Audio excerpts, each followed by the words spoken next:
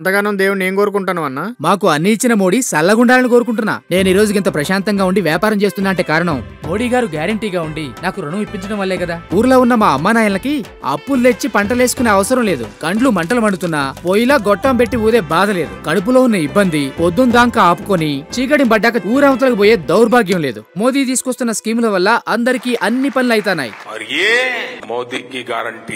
నేను ఎంతో సంతోషంగా చెప్తున్నా, ఇది నా భారత్. మోదీ గారి ఆలోచనలతో ఎదుగుతున్న భారత్. కమలం గుర్తుకి ఓటేద్దాం, బీజేపీని గెలిపిద్దాం. మోడీ మన అందరి నేస్తం, బీజేపీనే గెలిపించేద్దాం.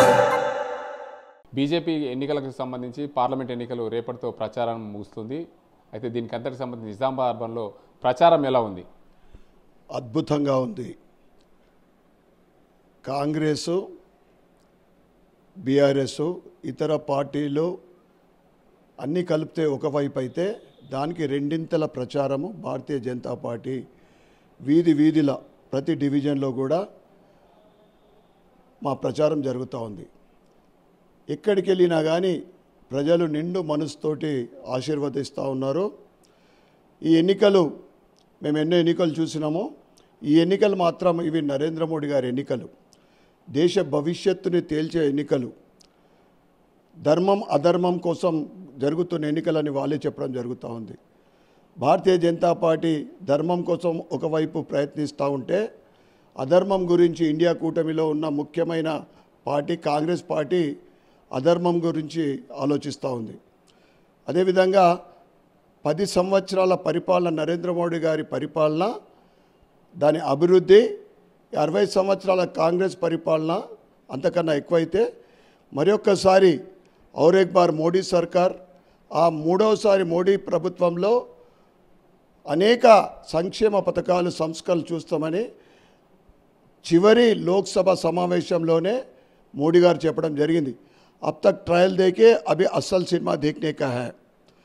ఇక 2014లో నేను పోటీ చేసినప్పుడు నరేంద్ర మోడీ గారు ఎవరికి తెలియదు. ఈరోజు మేము డివిజన్లలో ఇంటింటికి ప్రచారం వెళ్తూ ఉంటే ముసలి అవ్వ అంటే 70-80 సంవత్సరాల అవ్వ కూడా మేము పాంప్లెంట్ ఇస్తే కమలం పువ్వు చెప్తుంది, నరేంద్ర మోడీ అని పేరు చెప్తా ఉంది. అనేక మంది అమ్మ ఎందుకు బీజేపీకి ఓటేస్తారంటే, మీరు కమలం పువ్వు ఎందుకంటే మా దేవుడు నరేంద్ర మోడీ మాకు వ్యాక్సిన్ల కరోనాలో ఇంజక్షన్ ఇప్పించిండు, రామాలయం కట్టించిండు, మాకు దేవుడు కాకుండా ఇంకేమవుతాడు. ఇంకొకరు మేము మోడీకి అంటే కమలం పువ్వు ఓటేయకుంటే ఎవరు కమలం పువ్వు ఓటేయరో వాళ్ళు నరకం పోతామని చెప్తున్నారు వాళ్ళే. ఇంత గొప్ప అంటే ప్రపంచంలోనే అన్ని దేశాల అధ్యక్షుల ప్రధానులతోటి పొగడబడుతున్న నరేంద్ర మోడీ గారు ఈరోజు 140 కోట్ల ప్రజల గుండెల్లో నిలిచిపోయింది. నేను కూడా అనేక సంవత్సరాల నుండి అనేక ఎలక్షన్లు చూసిన, కానీ ఇంత పాపులారిటీ అసలు ఎక్కడ చూస్తే అక్కడ ఎవరు నరేంద్ర మోడీ ఎక్కడ, వీళ్ళెక్కడ, గుడిసెలకు వెళ్ళినా కానీ స్లమ్ ఏరియాకి వెళ్ళు కమలం పువ్వు అంటే మేము ఈ ఎండలో ఇంటింటికి ప్రచారం వెళ్తూ ఉంటే వాళ్ళు ఇస్తున్న ఏదైతే బ్యాకప్ ఉందో మాకు ఇంకా ఉత్సాహాన్ని నింపుతూ ఉంది. ఇది ఈరోజు ఇందూర్ నగరంలో అద్భుతమైన ప్రచారం జరుగుతూ ఉంది. అసలు ముందు నుంచి కూడా ఇందూరు నిజామాబాద్ పార్లమెంట్లో నిజామాబాద్ అసెంబ్లీ నియోజకవర్గం కాషాయానికి అడ్డా. గత దశాబ్దాల నుండి ఇక్కడ కాషాయం తప్ప ఏది లేదు. మొన్న ఏదైతే 5 నెలల క్రితము ప్రజలు నాకు 75,500 ఓట్లు, 42% ముస్లింలు ఉన్న ఈ నియోజకవర్గంలో అత్యధిక మెజార్టీతోటి బంపర్ మెజార్టీతోటి గెలిపించడం, రాబోయే రోజులలో నిజామాబాద్ అసెంబ్లీ నియోజకవర్గం కేవలము కాషాయమయమే, రాబోయేది రామరాజ్యం అనేది 5 నెలల క్రితమే ప్రారంభమైంది. అయితే ముఖ్యంగా చెప్పండి, నిజామాబాద్ అర్బన్ నియోజకవర్గంతో పాటు నిజామాబాద్ పార్లమెంటు పరిధిలో ధర్మపురి అరవింద్ పోటీ చేస్తున్నారు. ధర్మపురి అరవింద్ పేరుతో పాటు ముఖ్యంగా మోడీకే ఓటేస్తామని చెప్పడం వెనుక కారణాలు ఏమంటారు? ఈరోజు మోడీ గారు ఒక ఛాయ్ అమ్ముకున్న వ్యక్తి, అని గర్వంగా చెప్పుకునే వ్యక్తి. ఆయన పేదల గురించి, బడుగు బలహీన వర్గాల గురించి, పుట్టిన బాబు నుంచి ముసలి పండి వరకు అందరికీ కూడా సంక్షేమ పథకాలు అందిస్తున్నా ఉన్నాడు. మహిళల గురించి, రైతుల గురించి, యువకుల గురించి ఆలోచిస్తూ ఈరోజు అందరికీ సంక్షేమ పథకాలు అందుతూ, సంక్షేమ పథకాలు ఏ వర్గానికో, ఏ కులానికో, ఏ మతానికో కాదు, సబ్కా సాత్, సబ్కా వికాస్, సబ్కా విశ్వాస్, సబ్కా ప్రయాస్ అనే విధంగా అన్ని, ఈవెన్ మైనార్టీలకు కూడా, ముస్లింలకు కూడా అన్ని సంక్షేమ పథకాలు అందుతూ ఉన్నాయి. అందుకే గుజరాత్లో ఎక్కడైతే ముస్లిం మెజారిటీ ఉన్న దగ్గర కూడా భారతీయ జనతా పార్టీ గెలిచింది. అదేవిధంగా నిజామాబాద్ అసెంబ్లీ కూడా 42% ఉన్న ఈ అసెంబ్లీలో మొన్న 75,500 ఓట్లు మైనార్టీ మహిళలు కూడా భారతీయ జనతా పార్టీ వైపు మొగ్గు చూపుతూ ఉన్నారు. ఎందుకంటే వాళ్లకు మోడీ గారు ఇచ్చిన ట్రిపుల్ తలాక్ రద్దు ఒక వరం. రాబోయే రోజులలో ఆయన చెప్పడం జరిగింది కామన్ సివిల్ కోడ్, అది కూడా ముఖ్యంగా మైనార్టీ మహిళలకే పెద్ద వరం. ఎందుకంటే దేశంలో ఉన్న అందరికీ కూడా ఒకే చట్టం. ఇప్పుడు ముస్లిమ్స్ 2, 3, 4 పెళ్ళిళ్ళు చేసుకుంటారు. అప్పుడు అవకాశం ఉండదు. ఏ మగోడు ముస్లిం కానీ హిందువులు కానీ అందరికీ ఒకే చట్టము, ఒక్క భార్యనే చేసుకోవాల్సిన అవసరం. అయితే ముఖ్యంగా చూసుకోవచ్చు, ఈసారి కేంద్రంలో నరేంద్ర మోడీ వస్తే చట్టాలు రాజ్యాంగం మారుస్తారని చెప్పి పార్టీలు, ఇతర ప్రతిపక్షాలన్నీ ఆరోపణ చేస్తారు. దాన్ని ఎలా తీసుకోవచ్చు? 6 గ్యారంటీలు, 420 హామీలు, అబద్ధపు హామీలు అమలు కావు అని ఆయనకు తెలిసి కూడా హామీలు ఇచ్చిండు.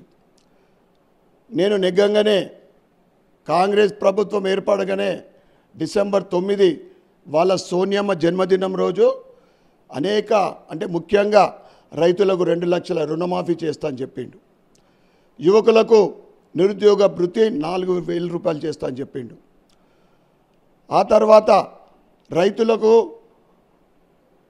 500 రూపాయల ప్యాడీ మీద సబ్సిడీ ఇస్తా అని చెప్పిండు. మహిళలకు 100 రోజులలో మహాలక్ష్మి స్కీమ్ ప్రతి మహిళకు 2,500 రూపాయలు ఇస్తా అని చెప్పిండు. ఆ తర్వాత 500లకు సిలిండర్ ఇస్తా అని చెప్పిండు. కళ్యాణ లక్ష్మితో పాటు తులం బంగారం ఇస్తా అని చెప్పిండు. రైతులకైతే 15,000 రూపాయలు రైతు భరోసా అని చెప్పిండు. మొత్తంలో ఏకకాలంలో 2 లక్షల రుణమాఫీ అని చెప్పిండు. కౌలు రైతులకు కూడా 15,000 ఇస్తా అని చెప్పిండు. రైతు కూలీలకు 12,000 ఇస్తా అని చెప్పిండు. ఇట్లా మొత్తం అబద్ధపు మాటలతోటి, అబద్ధం హామీలతోటి గెలిచిన ఈ కాంగ్రెస్ ప్రభుత్వము ఓటుకు నోటు దొంగ, రేట్ ఎంత అన్నా ఇప్పుడు ఎవరు ప్రజలు నమ్ముతలేరు. డిసెంబర్ 9 పోయింది, 100 రోజులు పోయింది, 5 నెలలు గడిచిపోయింది. మనకి ఇవ్వాలనుకుంటే ఎలక్షన్ కోడ్ కన్నా ముందు ఇవ్వగలుగుతుండే. ఇప్పుడు ఆగస్టు 15 అంటాడు, సెప్టెంబర్ 17 అంటాడు. ఎందుకంటే ఆయన ఇవ్వడం అనేది అసాధ్యం, ఇవ్వలేడు. ఇంతకుముందున్న బీఆర్ఎస్ ప్రభుత్వము మొత్తం దోసుకొని పోయింది. ఆయనే చెప్పడం జరిగింది, జీతాలు ఇచ్చే జీతాలు ఇవ్వడానికి కూడా మా దగ్గర డబ్బులు లేవని చెప్పిండు. ఇప్పుడు ఈ కేంద్రం ఇప్పుడు 5 ఏదో సూత్రాలట, అవి కూడా గ్యారంటీ ఇస్తూ ఉంది. ప్రజలు ఎవ్వరు నమ్ముతలేరు. ఇన్ని అబద్ధపు హామీలు ఏ ఒక్కటి అమలు పరచకుండా, మళ్ళీ సిగ్గు లేకుండా బీజేపీ మీద దుమ్మెస్తూ పోస్తూ ఉన్నాడు. ఏదో గాడిద గుడ్డట, అసలు గాడిద గుడ్డు పెట్టదు ముందైతే. పాపము జీవన్ రెడ్డి ఏం కర్మ, 40 సంవత్సరాల ఆయన రాజకీయ జీవితంలో ఎలక్షన్లు అయితే ఓడిపోయిన తర్వాత ఆయన ప్రచారంలో గాడిద గుడ్డులు మోసిన ఆయన తలుచుకుంటే కండ్లకు నీళ్ళు వస్తాయి. ఆయనకు గాడిద గుడ్డు మీరిచ్చిండ్రు ప్రజలకు. గాడిద గుడ్డు ఏమి ఇయ్యలే, రైతులకు చెప్పిన మాటలు మేది నిలబడలే మీరు హామీలు, మహిళలకు కానీ యువకులకు కానీ నరేంద్ర మోడీ చెప్పిన దానికన్నా ఎక్కువ సంక్షేమ 10 సంవత్సరాలలో ఒక స్కామ్ లేకుండా, ఒక అవినీతి లేకుండా ప్రభుత్వ పరిపాలన. ఇవాళ దేశ ప్రధాని అయినా కానీ ప్రపంచ నాయకులకు పొగడబడుతూ 2047 వరకు భారతదేశాన్ని విశ్వగురు స్థానానికి తీసుకెళ్ళడానికి ప్రయత్నిస్తూ ఉన్నాడు. ఇది భారతీయ జనతా పార్టీ ఎదుగుదలని తట్టుకోలేక ఎక్కడ సభలలో ఒకటే మాట, ఎస్సీ ఎస్టీ 400 పార్. ఎందుకు అంటున్నారంటే ఎస్సీ ఎస్టీ బీసీలకు రిజర్వేషన్ తీసేస్తారని. నరేంద్ర మోడీ గారు రిజర్వేషన్ తీసేస్తా అంటలేడు. ఏదైతే రాజ్యాంగ విరుద్ధంగా 4% ముస్లింలకు వీరి కోటా నుంచి కేటాయించారో అది మళ్ళీ ఎస్సీ ఎస్టీ బీసీలకు కలుపుతా అని చెప్తా ఉన్నాడు. అగ్రవర్ణాల పేదల కోసం 10% రిజర్వేషన్ ఇచ్చిన మహానుభావుడు నరేంద్ర మోడీ గారు. అదేవిధంగా రాజ్యాంగాన్ని రద్దు చేస్తారట. ఈరోజు అంబేద్కర్ గారు కూడా బతికున్నా కానీ రాజ్యాంగాన్ని రద్దు చేసే సాధ్యం కాదని నరేంద్ర మోడీ గారే చెప్పారు. నరేంద్ర మోడీ గారు ఏదైతే చెప్తాడో ప్రజలందరూ కూడా నమ్ముతూ ఉన్నారు. నరేంద్ర మోడీ అంటే గ్యారంటీ అని నరేంద్ర మోడీ ఏది చెప్పినా కానీ ఇవన్నీ కూడా అబద్ధపు మాటలు చెప్తా ఉన్నారు. వీళ్ళంతా కూడా విషపూరిత వాతావరణాన్ని ప్రజలలో తీసుకెళ్తా ఉన్నారు. ఎస్సీ రిజర్వేషన్లు రద్దు కావు, రాజ్యాంగం రద్దు కాదు, వారికి రిజర్వేషన్లు పెంచుతారు. ఆ తర్వాత వీరు ఎంత డేంజర్ అంటే కాంగ్రెస్ వాళ్ళు మామూలు డేంజర్ కాదు. ఇవాళ ప్రజలు భయపడతారు ఏ రోగంతో అంటే క్యాన్సర్ తోటి. క్యాన్సర్ కన్నా భయంకరమైంది కాంగ్రెస్ పార్టీ. ఇలా రాజ్యాంగాన్ని రద్దు చేస్తారంటారు, ఇవాళ రిజర్వేషన్లు తీసేస్తారంటారు, ఇవాళ హిందువుల ఆస్తుల మీద కన్ను పడ్డది వీళ్ళకు. ఎందుకంటే వీళ్ళ ఇప్పుడు ఓటు బ్యాంకు కేవలం టోపీ పెట్టుకుంటోళ్ళు గడ్డలు పెంచటోళ్ళే, అంతకు తప్ప ఎవరు లేరు. హిందువుల ఆస్తుల మీద, హిందువుల మహిళలకు ఉన్న బంగారం మీద, డబ్బు మీద కన్నుపడి ఏదైతే కేంద్రంలో కాంగ్రెస్ వస్తే ఇది విభజించి వీళ్ళ హిందువుల ఆస్తుల్ని ముస్లింలకు కష్టపెడతారట. ఎంత ఘోరమైన అంటే వీళ్ళు వేల సంవత్సరాల క్రితము మనం ఇప్పుడు ఉన్న అందరం కూడా హిందువులం. అప్పుడు ఎవరైతే భయపడ్డారో ముస్లింలుగా మారినరు. హిందువులు ఇప్పుడు ఉన్న వాళ్ళందరం కూడా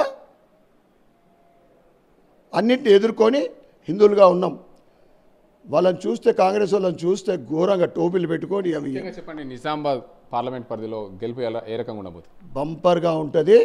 75,500 ఓట్లు నాకు ప్రజలు ఆశీర్వాదం ఇచ్చిండ్రు. నేను అరవింద్ ధర్మపురి గారికి నేను మాట ఇవ్వడం జరిగింది, 1,00,000 ఓట్లన్నా అర్బన్ నుంచి అని చెప్పిన. నేను ప్రతి డివిజన్లో ప్రచారానికి వెళ్తే తప్పకుండా ప్రజలందరూ ఆశీస్సులతోటి 1,00,000 ఓట్లు ఇక్కడ వస్తాయని నేను ఆశిస్తూ ఉన్నా. నిజామాబాద్ అర్బన్ నియోజక ప్రజలు గుండెల్లో పెట్టుకొని నన్ను గెలిపించినందుకు ఆదివారము 12 మే రోజున నా జన్మదిన శుభ సందర్భంగా మీ అందరికీ నేను ఒకటే కోరుతా ఉన్నా, మీరందరూ కూడా భారతీయ జనతా పార్టీ నాయకులు, కార్యకర్తలు మరియు బూత్ అధ్యక్షులు మరియు ఇందూర్ నగర్ ప్రజలందరూ కూడా ప్రతి ఒక్కరు కూడా ఓటేసి నాకు నా బర్త్డే గిఫ్ట్గా మీరందరూ ఓటేయాల్సిందిగా నేను కోరుతా ఉన్నా. అసలైన తొలి వెలుగు. ఫాలో వాట్సాప్ @తొలి వెలుగు official.